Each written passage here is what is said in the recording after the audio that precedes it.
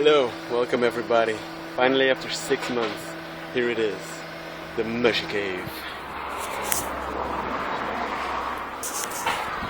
It is sandbags, it is mushrooms, it is plants, but above all, it's a lot of love.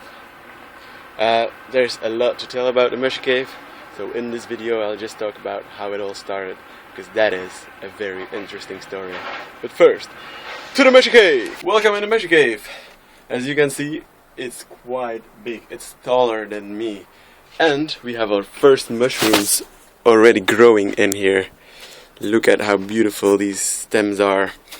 You cannot see the mushrooms, of course, but in here you can see they are growing. This is mycelium of an oyster mushroom that has been colonizing this stem. And it's been colonizing so well that it's already growing on the outside.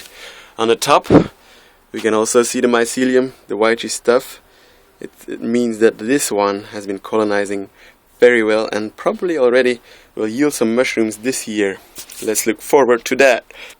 In the beginning, the idea was never to build such a huge structure. It was much more down to earth than that.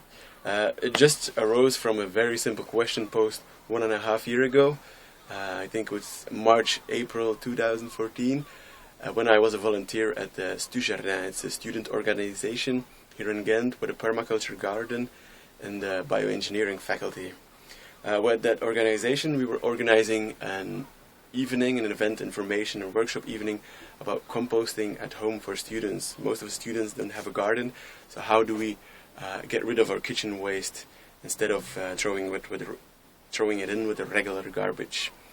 We were mostly talking about wormeries, but I also knew that mushrooms are the first natural decomposers. They are the beginning and the end of the life cycle. They are so fucking important. And I was wondering if we could grow some edible mushrooms on that kitchen waste of ours, if it was possible to get some extra food out of the food we were throwing away. An interesting question, not? And what does one do when he does not know the question? He asks the experts.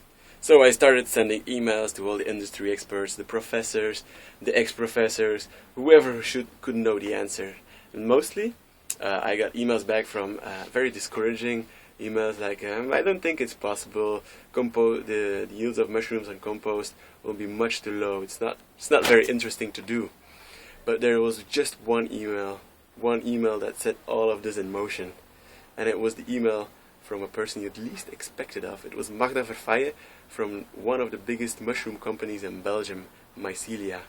And Mycelia is so big, it's even featured in Paul Stamets' book, Mycelium Running. And I don't know, most of people should know Paul Stamets because he's like the guru, one of the gurus of mushrooms in the whole world. And the fact that an American guy features mycelia in his book, his most famous book actually, tells you something about mycelia, and the fact that its CEO, that its leader, has a lot of passion and dedication. And as the passion and dedication I got into the email she sent me back. She sent me a very long email. At the end of her email, she even apologized for not being able to help me even more. So she just proposed to give me some mushroom spawn bags for free so I could do some trials. That's quite amazing, man.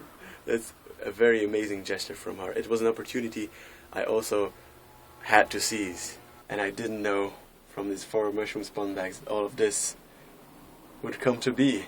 And this will actually be the subject of the next video. I will talk about how these 4 mushroom bags inspired a lot of other people to put their effort, to put their help, to put their love into this project. Thank you very much for listening. See you guys next time. Keep on helping each other, keep on motivating each other, keep on inspiring each other, and most of all, keep on growing. See you guys later.